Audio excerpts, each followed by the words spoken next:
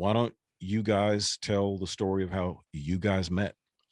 Oh yeah, Rebecca and I. So most of you, or some of you, have heard this before. Rebecca and I met when it was probably we just talked about this the other day, Rebecca, 2011, right? Yeah, 11. 2011. Yep. Mhm. We were both in relationships, and so it was like happenstance. I had a it was a rocky relationship for a long time. I tried everything, to salvage it, counseling, all of the things. I was not gonna just quit without a fight. I wasn't just gonna throw the towel in and say, screw it. This sucks. And one day I had to pick up my drunken, stoned wife at 11:30 in the morning at Rebecca's salon. She was working at a hair salon. And I had to go pick her up. And Rebecca was at the door doing the books and stuff like that. And I introduced myself. Yeah, I'm here to pick up so and so. And Rebecca said, "Oh, I know who you are. My boyfriend just took a course from you. Just took a course, and he loved it. It's so good.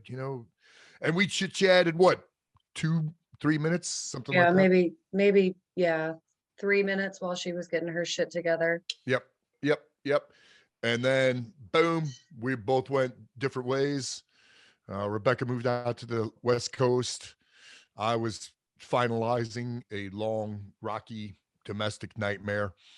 In 13, that's when I moved out. And later on, it was in the beginning of 13. Later on in 13, like beginning of September, I am out at the pub. The pub. And Rebecca comes up behind me. She goes, "Hey, do you remember me?"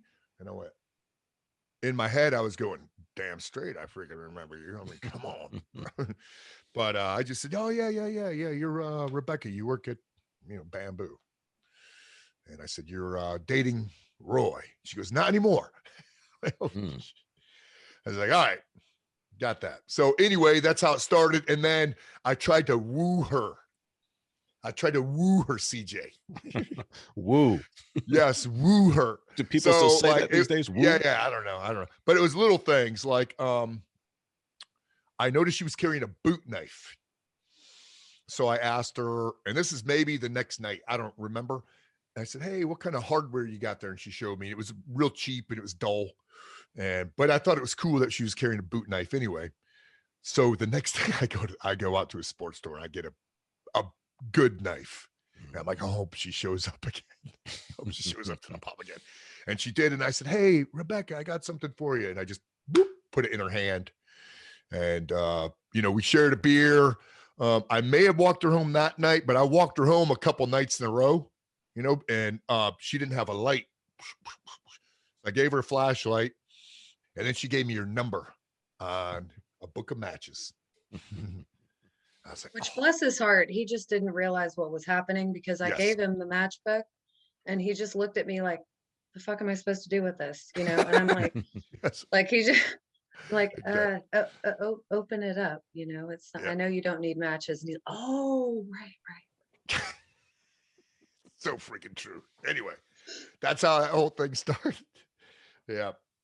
But it turned out, man, I am, a lot of people say that, and I'm happy for them when they go, "Oh man, I'm luckiest guy in the world."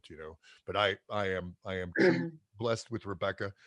She is my best friend, and she's one of the, I've told you this in the squad. She's one of the best human beings, all around human beings I've ever met in my life. All around human beings. Oh, I could say the same thing about you. You rock, man. I'll say the same about both of you. CJ. Oh, CJ. Love fest. Yeah.